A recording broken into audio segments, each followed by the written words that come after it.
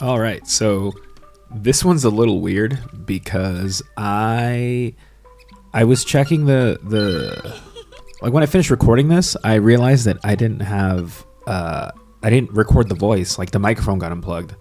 So I went back in and I'm gonna just, I guess, post record. I don't know how to explain, but basically I'm recording after I'm recording my voice after the fact. So also I recorded this video like I don't know. It was like maybe 2 weeks ago, 3 weeks ago, whenever it came out. So it's been like 2-3 weeks since I've seen this. So if I remember correctly, we just visited the witch's house and we were going over to find the next dungeon. But I'm hard blanking on what all is happening. So in the meantime, I guess I can just talk about other stuff that's unrelated to the game because, like I said, I don't remember. You know what? I think what's gonna happen is I'm gonna watch like what's going on, and then I'm gonna be like, oh yeah, I remember that part, and then it'll bring back memories. But right now, I don't remember what the hell's going on. But yeah, I'm just gonna talk about other random things like just saw Eternals on the other night, and I mean I don't know. I feel like most people probably either seen it if they wanted to, or it's on Disney Plus now. So I don't know. I guess spoilers. I don't know. No, I guess not. Basically, what I saw about the movie was that like everyone was saying like the reviews are really bad. It had like a 60% on Rotten Tomatoes, and it didn't do that well in the box office, and it was very like people were very like about it, saying that like it's not their best work and this, that, and the other. But I actually like super liked it. I was invested the whole time. There was maybe like a moment or two where I was like but for the most part I was like really invested in the story the whole time. It's a long movie. It's like almost 2.5 hours I think. But I didn't feel like it was dragging at any point. I thought like I was like I wish some of the characters got more. Most of the characters, I wish they got more development, because obviously, if you have like 8 or 9 or I don't know how many there were, new characters being introduced all at once, and trying to do everything in a movie, like it's kind of hard, because you have to tell their collective story, but you also have to develop them one by one.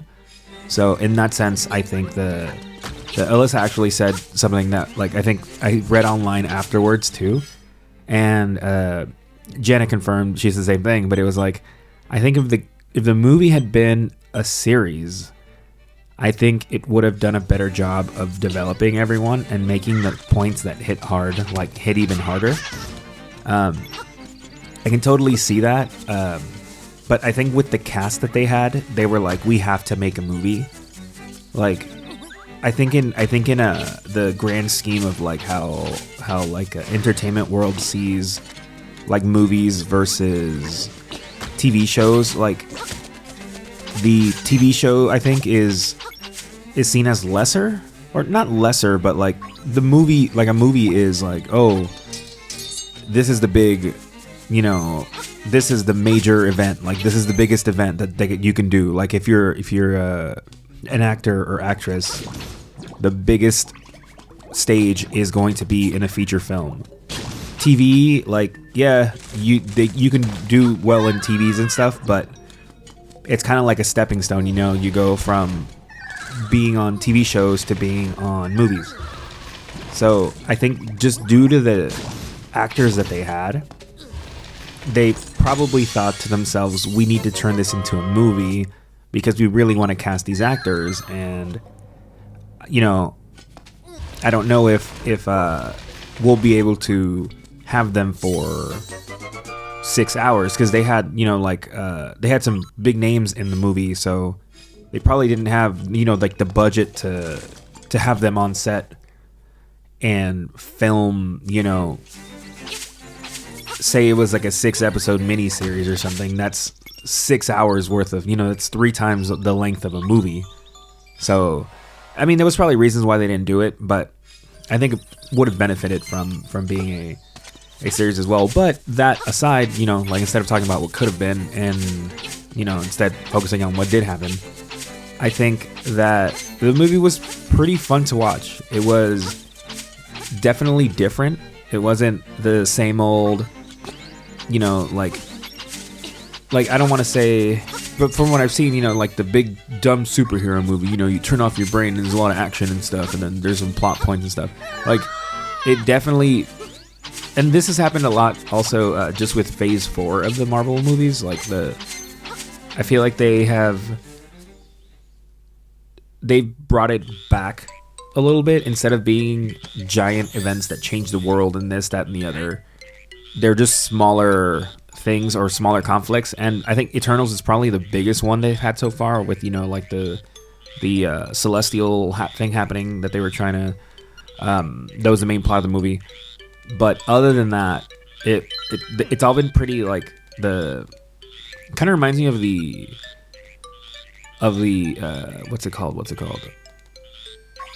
like the Netflix Marvel stuff, where it was a lot more character driven and smaller. It wasn't end of the world. It was just stuff happening that needed to get done. And yeah, you can make Shang-Chi's dragons and whatever could have destroyed the world, and then the Eternals celestial thing can destroy the world. Yeah, but it didn't feel like a massive.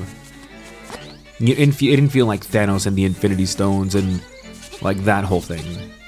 Kind of like why the Spider-Man movies were so nice, because they didn't have a huge, end of the world plot. They were smaller scale story. Well, this new one's a little different. So yeah, I don't remember what the hell I was talking about, but Eternals. I liked it. I think it does not deserve the hate that it got, especially when what I saw was people were saying that it's the lowest what's it called, the lowest rated and lowest, like, least fun and least interesting movie since Thor 2. And I'm sorry, but that is not at all accurate. Like, that, there's no way in hell. Like, Thor 2, I don't even remember what the hell happened in that movie. There are more movies that I've seen that I've been more meh about than Eternals. But again, my likes and dislikes are different than others, so I can see why people didn't like it as much, because they were probably expecting like a movie that was more like bombastic and explosions and this, that, and the other, and superhero. But it wasn't that at all. So I don't know. In my opinion, I really liked it. I really hope that, even though it didn't do as well as they wanted to, I really hope they do something else to continue the story, because the ending leaves the door open for more stuff with these characters, and I think it'd be interesting to see what they do. And personally, I'd give it like I don't know, I feel like I'd personally give it like a 7.5 or 8 out of 10. Like, I really, really enjoyed it. I didn't feel like there was lulls, and after talking to a couple people about it, I also see that I'm not in the majority when it comes to that. People like Janet was telling me that she's like, yeah, I just watched it just to watch it, and it kind of just felt like background to me. I didn't really get what was going on, or I wasn't really invested. And whatever. That's a, like I said, everyone has different things that they like in movies, and I'm not like a movie watcher. I don't like, there's so many movies that I have never watched, and people tell me like, oh, have you watched this show? Have you watched this movie? And I'm like, no, I haven't. I didn't watch Star Wars till like 2017 or something, when someone at work forced me. They let me borrow their DVD collection to make me watch it. I have never seen Lord of the Rings. I have never seen Game of Thrones. There's so many like big franchise. I've never watched Harry Potter, and I have no desire to watch Harry Potter. I don't know. I just, like, I've never had any. I'm just not a big movie guy, right? So like, obviously what I like in movies is going to be different than what a lot of other people like, because a lot of other people watch movies and enjoy this kind of stuff more. I do this. I play video games. You know, I gotta play the video games. So yeah, that's my take on Eternals. I didn't want to get super into detail about like the plot points and stuff, but yeah, I don't know. I liked it. I hope they do another one. And then what's the other one? Oh, Shang-Chi. Yeah, we watched Shang-Chi too. That one was good. I like that one.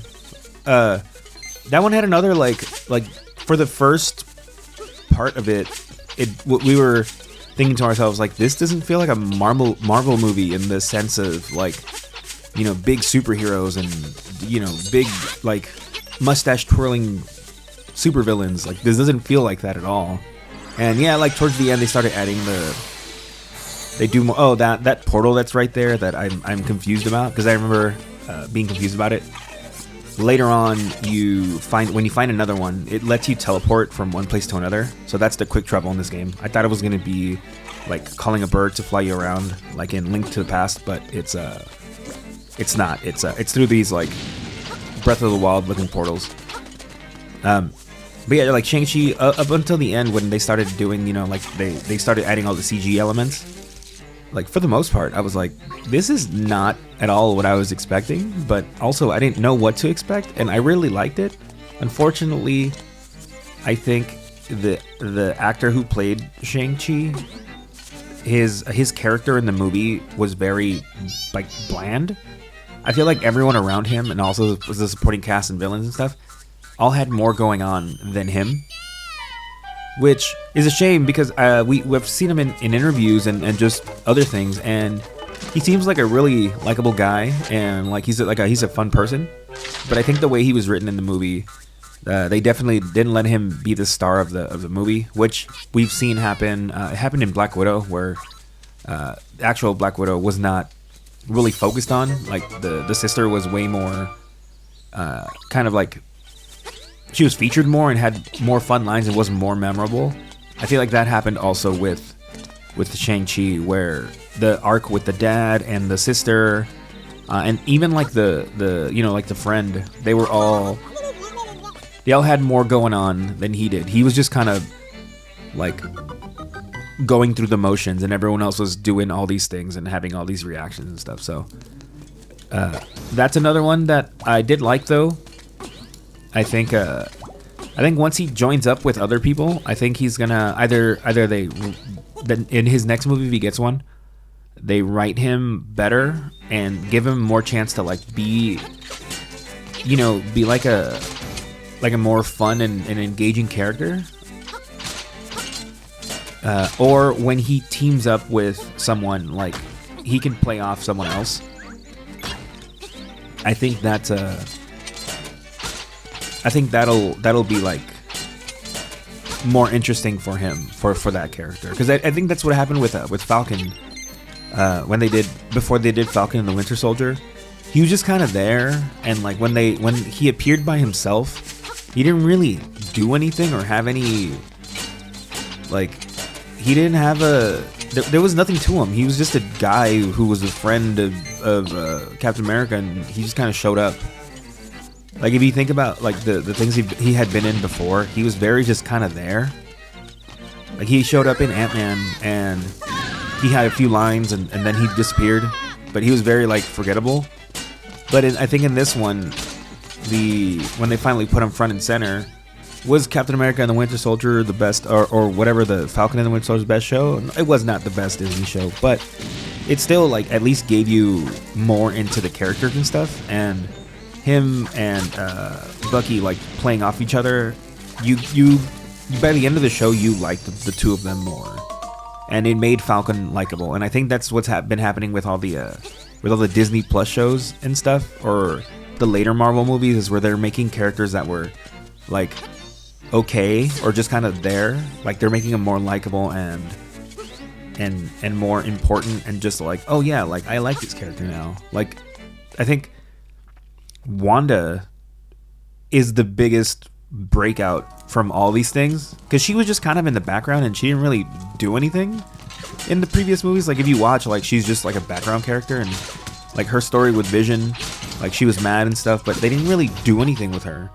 And then after WandaVision came out, which I personally wasn't even excited about. I was just like, oh, cool, you know, whatever, another show, another Marvel thing to watch. I'll watch it. But after that, like, everyone's like, oh my god, I fucking love Wanda. She's the greatest. And now she's going to be featured in this Doctor Strange movie. Everyone's like, oh my god, I want to see her again, and she's great. And not to say that people didn't like her before, but she didn't really do anything before. She was just kind of there. She had, like, in one of the Avengers movies where, I think Age of Ultron, where she came out and, you know, like, they introduced her, but she didn't really do much. She was just kind of there. I think that's the biggest thing they've been doing. They've been making a lot of these older characters likable, and they've been introducing new characters who have like a different energy, like a younger, more playful energy than the old actors. With like Yelena, and then the Hawkeye girl, Kate Bishop. I'm pretty sure the I don't know what her name is, but she's supposed to be in Doctor Strange. She wears like a leather jacket with like a star on it. She is probably going to be another, like, one of those, like, fun, like, young, fun characters. I know they're introducing Ms. Marvel, who's supposed to be, like, a kid. And I've seen Ms. Marvel in, it was like the Switch game, the Marvel Alliance or something. And she was, like, a goofy kid character, you know? Like, she wasn't, like, super serious. She was very, like, playful and stuff. And I think that especially after the whole Thanos snap and like everything is like every movie was like the end of the world. I think having the everything be a little bit more lighthearted definitely helps. I think Doctor Strange movie is going to be completely opposite. It's going to be super serious and stuff. But all the other ones that they've come out with have had a lot of like, you know, I don't know. They've just been very likable and everything. And in conclusion to my thesis, I just want to see the Eternals again. I think they're cool. But yeah, I think that's oh, you know what? And I was gonna say too. I think the Hawkeye show was probably my favorite out of the ones that've come out so far. They just released the trailer for Moon Knight, so that I don't know. I don't know anything about him, so I guess we'll see what that's supposed to drop at the end of March, I think. But yeah, because WandaVision was cool. Like, I liked it. I'm not huge on Wanda or Vision, so, you know, I wasn't like as invested. The Winter Soldier show, I think was cool, but it didn't. I don't know. That one's like a. I don't know.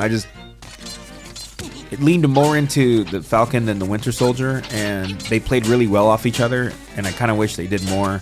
And because at the end it was basically like it was the Falcon show featuring the Winter Soldier, and I think he's still been underutilized, and they should probably do something with him. After that, Loki was fun to watch. It was definitely like, what the hell's going on? I think it's a slow burn though, because the first 3 episodes, two episodes or something, before you figure out what's going on, are very like, all right, like, what's gonna, like, do something, come on, like, do something. But then as the later ones go on and you start getting an understanding of everything, it's like, oh wow, like this one's got a lot going on. So that one's interesting, and it's setting up stuff for the future. The What If show was okay. Like, I like the ideas, but I don't know. I think the stories they were trying to tell, it was like I understand they probably weren't big enough stories to warrant like a whole thing for like a movie or like a entire series dedicated to them. So they were just like one-off little things. But I think the conclusion where they all come together and stuff was like I guess that's cool, but I don't know. Like, overall, I was pretty meh about it. I wasn't as invested into that one. I think it's also just because, like, you know, they're all, when it starts, it's like, oh, it's stories from other universes that could or could not have happened.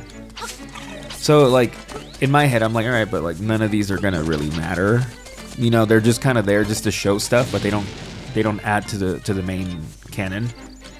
And then at the end, and with what's going on now, like, it's like, yeah, they were trying to introduce the idea of multiverse and stuff like that. But even then, I don't know, it just wasn't as interesting as I was hoping. And then, yeah, the Hawkeye show, I was definitely like pleasantly surprised. I was like, yeah, the show was fun to watch, and I think I watched it twice. Once by myself with Alyssa, and then once with Janet. And yeah, it was definitely a fun watch. Oh, that's Prince. What's his name on the screen? But yeah, I don't know how the hell this video turned into me talking about MCU, but I think I'm intrigued. There's Moon Knight's coming out, like I said, later in a couple months, like 2 months, and I don't know anything about him, but hopefully, you know, they've been making these characters that no one knows really likable and fun to watch and stuff. So I'm hoping they're able to do something cool with him. Who knows how he'll fit into the rest of it? Because he seems like a really dark character, kind of like Punisher, like even like it just feels very different than anything else they've done, with everything else being like really lighthearted and stuff.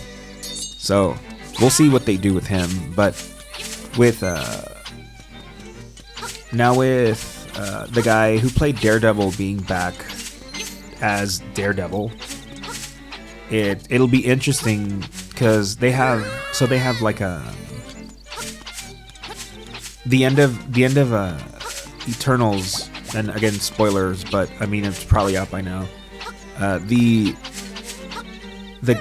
guy who's like Cersei's boyfriend or something is supposed to be someone in the MCU. He's supposed to be like I don't know if he's a hero or a villain. And then you hear Blade in the background, and then you have like Moon Knight and like Daredevil, who's kind of like a little bit like darker and edgier than some of the other heroes. So I feel like they're also gonna bring a lot of these guys together or have them cross over, and I think that would really work. Oh, it's the key to the Jelly Temple. So maybe they're doing that, and they're probably also, because there's a lot of like new young heroes, so they're probably going to be doing something with them too, like putting all the new young heroes together. So I don't know, who knows what they're doing. And we haven't seen Hulk in a while. I know they're going to be making the She-Hulk show, and he's supposed to show up again. I don't think, who knows if he'll ever get a solo movie again. It's been so long, I don't know.